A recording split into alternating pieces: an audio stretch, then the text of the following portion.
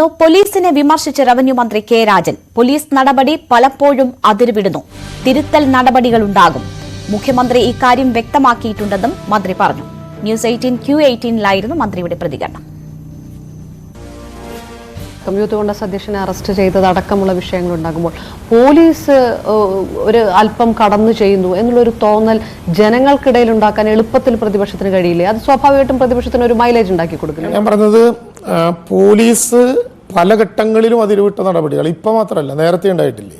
PS സുബാലിനെ പുലർച്ചെ 4 മണിക്ക് IVF-ന്റെ സംസ്ഥാന പ്രസിഡന്റും MLA-യുമായിരിക്കുമ്പോൾ പുലർച്ചെ 4 മണിക്കാണ് വീട്ടിൻ്റെ അകത്ത് അടുക്കളയുടെ വാതിൽ ചവിട്ടി തുറന്നെത്തിയ പോലീസ് അറസ്റ്റ് ചെയ്തുകൊണ്ടുപോയി. നിങ്ങൾ എല്ലാവരും ഉണ്ടായിരുന്നല്ലോ പത്രപ്രവർത്തകരായിട്ടന്ന്.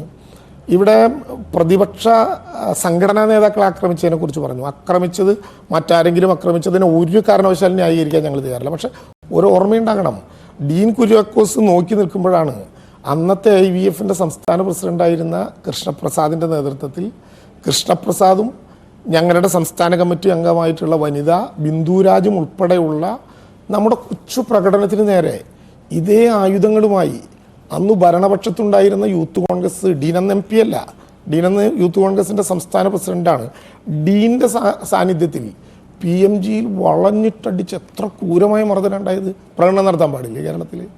അന്ന് ഇത്ര പ്രയാസാർക്കും കണ്ടില്ല. ഞാൻ ബിന്ദുരാജിൻ്റെ സാരി വലിച്ച് കീറി, അക്ഷരാർത്ഥത്തിൽ സാരി പൂർണ്ണമായി വലിച്ചു കീറി. ഒരു സ്ത്രീ ഉണ്ടായിരുന്നില്ല യൂത്ത് കോൺഗ്രസിൻ്റെ കൂട്ടത്തിൽ. കേരളത്തിൽ ഇതൊക്കെ ഉണ്ടായിക്കൊണ്ടിരിക്കുന്നുണ്ട്. അങ്ങനെയുള്ളത് കൊണ്ട് അത് ശരിയാണെന്നല്ല ഞാൻ അഭിപ്രായപ്പെടുന്നത്. അത്തരം കാര്യങ്ങളിൽ നേരത്തെ ഈ നിലപാടെടുത്തവർ ലോക ചരിത്രത്തിൽ ആദ്യമായിട്ടാണ് ഇതൊക്കെ ഉണ്ടാകുന്നത് എന്ന് പറയുന്നത് ശരിയല്ല.